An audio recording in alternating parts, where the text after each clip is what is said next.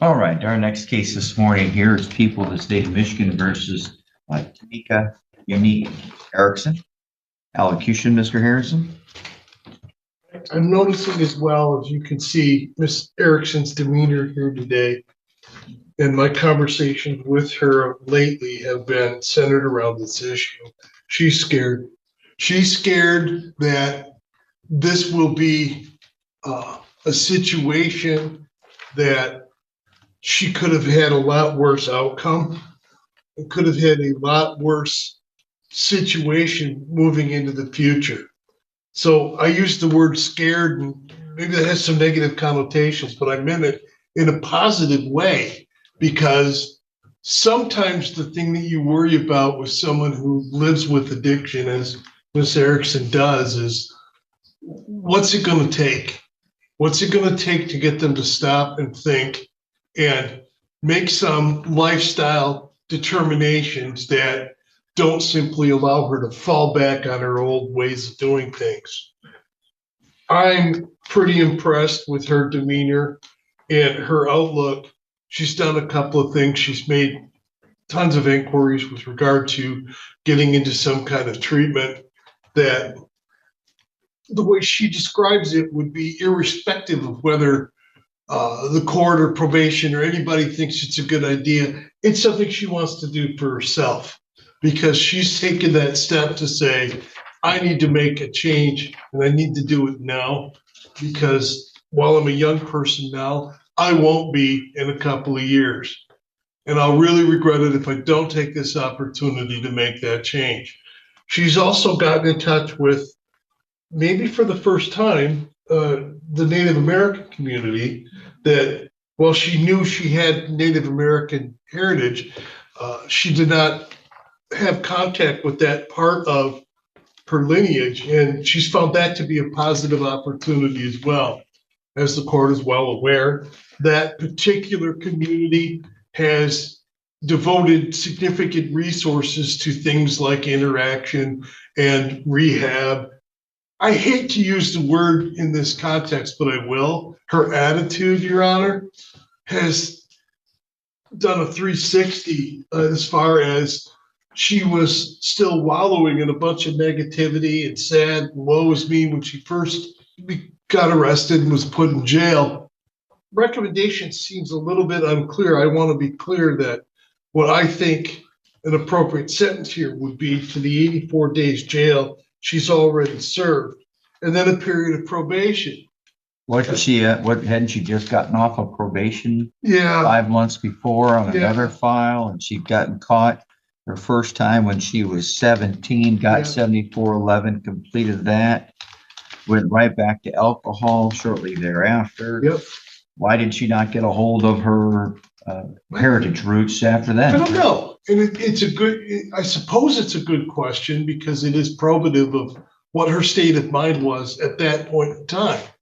How, I can't speak to that, Your Honor. Maybe if she chooses to address it, maybe she can. It's like on a cartoon where a character gets bonked in the head and loses his memory, then it gets bonked on the head and it comes back. That's not how the real world works.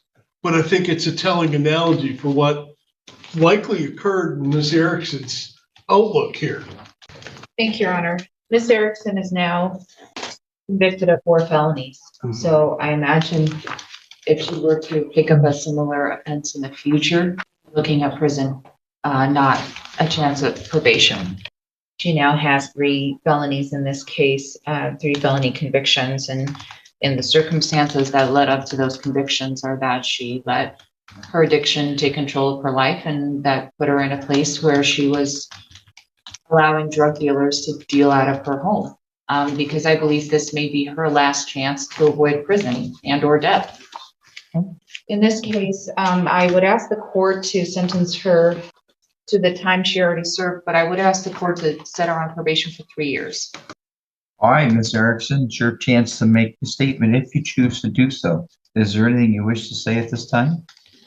I was very young in the beginning of catching all this stuff, and I have changed. And I do want it actually this time I know I fell off pretty soon from just getting off probation, but I was way in over my head, and I know that's more excuses, but I do feel different about everything this time, for sure. Well, I noticed something here in the old PSI. This is a problem, and I'm not a fan of the Department of Corrections when they merely attach a PSI because often from another file, because they often don't update it. And if there's errors in the first one, there continues to be the errors in the second one. And so when I look at the first one back in Grand Traverse, there's gaps of questions that I would have. For instance, on its CFJ 284 page 8, it talks about several medical health issues, and it shows a beginning date. It says, this doesn't make any sense. This really bothers me when I read these from the Department of Corrections. Look where it says health problem, then it says medication, which is all blank. Then it looks for treatment, it just says medication. Are you on this medication? I can't say, I don't remember what I was on back then, but I am on medication now. Okay. I am getting it from the jail currently. Okay. Were you getting it before you went into the jail? No, Your Honor. Why not? I took myself off. All right. That's kind of an important thing where the person who prepared the PSI should have let me know that she stopped taking it. She only takes it when she's in jail. And who was dealing drugs from the home? A 15-year-old minor and myself. What about Malone? I have no clue who that is. I'm trying to figure that out still. It says the Traverse Narcotics team was doing controlled buys of fentanyl and crack cocaine from you and Mr. Malone. You don't know Mr. Malone, but you're doing deals with him? I don't know their real names, sir. What were you doing? It says here you guys were dealing fentanyl and crack cocaine. Yes, they were staying at my house, but I don't know them by their first names. They never told me their real names at all. How long were they staying there with you at your house? They would stay for a week or two at a time. So how long was that going on? If it was for a week or two at a time, was that over the 6 months that you lived there? Yes, yeah. Okay. And were you renting that home? I was renting a room. Was anybody else living in that house with you? Yes, my aunt. Okay. This 15-year-old that was staying there with you. Yes, he was from Muskegon. Oh, now we're catching it. The drug dealers from Muskegon. 1 container of 0.5 gram of crack cocaine, a scale with residue, another bag of 0.5 gram of cocaine, some red and white paper with 1.5 grams of cocaine, a crack pipe, a cellophane wrapping with 0.5 gram of cocaine, another one that had 17 grams of crack cocaine, and there was heroin and fentanyl. And then there were pistols. There's a 22 pistol, a 22 pistol, a 22 rifle, and a shotgun. That was found in a different bedroom? Is that Yes, right? Your Honor. Those are my aunts and my uncles. Okay. And you decided to hide 3 grams of cocaine in a body cavity. I'm sorry, not cocaine, heroin and fentanyl. What made you do that? It was a normal reaction, to be honest. Okay. First Nation heritage here. Have you ever had contact with reservations and programs available there? No, we had just finished our family tree of that. So Okay. that was something I was starting to look into. All right. Well, the reason she's not looking here at a higher level, because the second subsequent was dismissed, the possession of methamphetamine was dismissed. We take a bit of an issue sometimes when the prosecutors come in and ask for hire this or hire that, when they're the ones who cut the deal the way they did. And that's all right, that's their choice. But this was a big drug bust up in Neeson. And they're telling me they think 84 days of time served is appropriate, and I strongly disagree. You're basically a drug dealer. You are using this house, and I don't know why your aunt and uncle are here. Maybe they've got a case coming up, but this is a drug dealer case. The guidelines are insufficient. And I'll also tell you this, I have this problem. I've been debating this a little bit. How often do I go and do everybody else's job? Why is there no offense variable 19 when she was trying to hide the stuff in her body?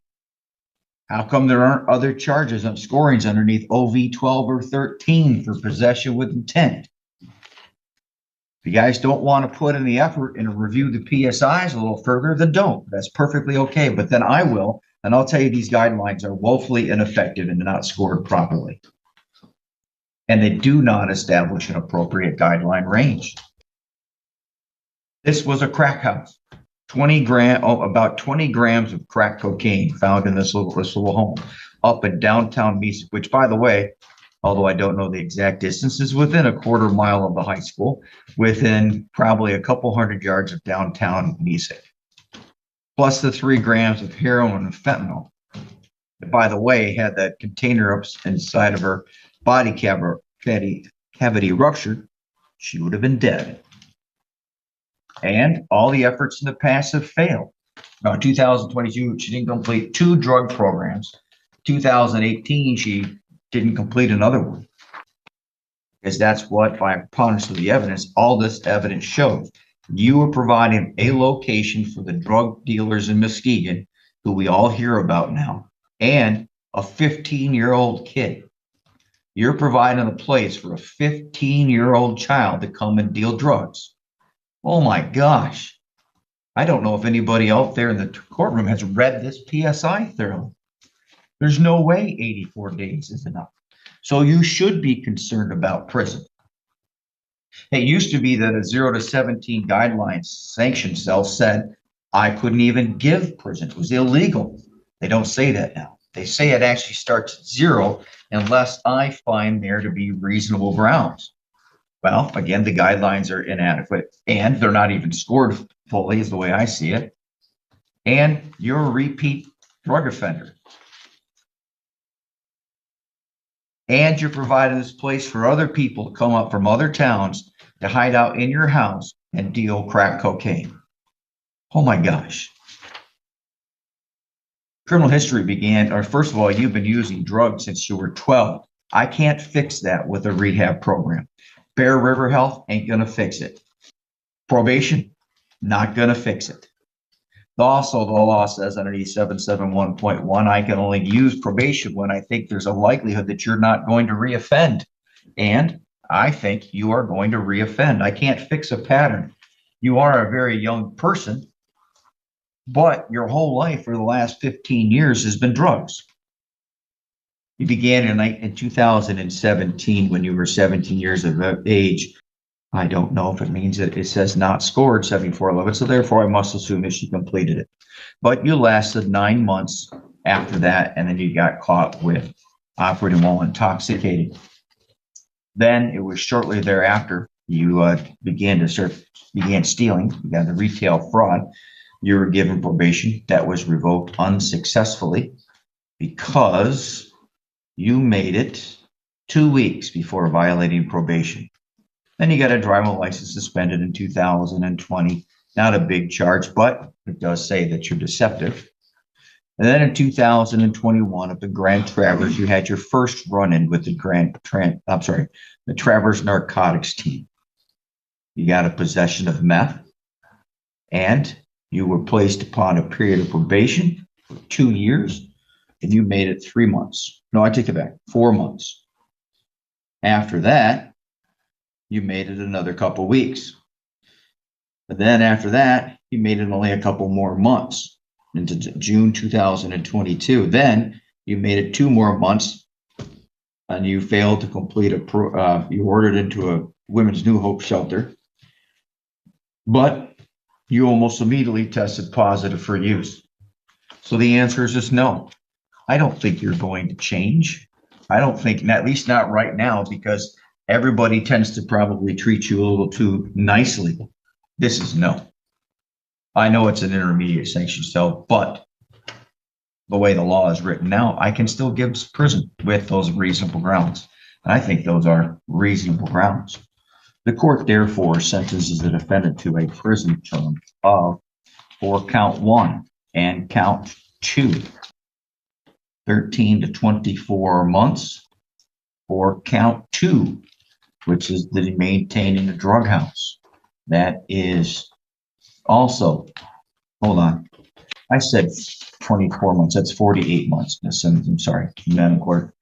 13, 1 and 2 are 13 to 48, and count 3 is 13 to 24 with 84 months. Court adds a $68 state minimum fee, $130 crime victims' right fund fee.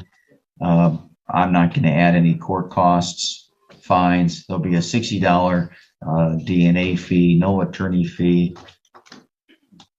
Now, Miss Erickson, you may qualify for boot camp now that I'm sending you there. And if you take boot camp, I'm likely to grant it. And if I do, you'll probably actually get out quicker than if I were to send you to the jail for a year. But I hope you take it. This attitude that you've got where you think it's absolutely okay to spread drug addiction around in this county is wrong. And if you're helping these 15-year-old kids come up here and deal, no. And when you get on the phone sometime and you talk to those people down in Muskegon who are setting up these young kids, tell them do not come up here to Wexford County, go someplace else, or just stop doing it. Don't come up here and deal in it. Get out of here. Stay away from our counties. Thank you. We're adjourned.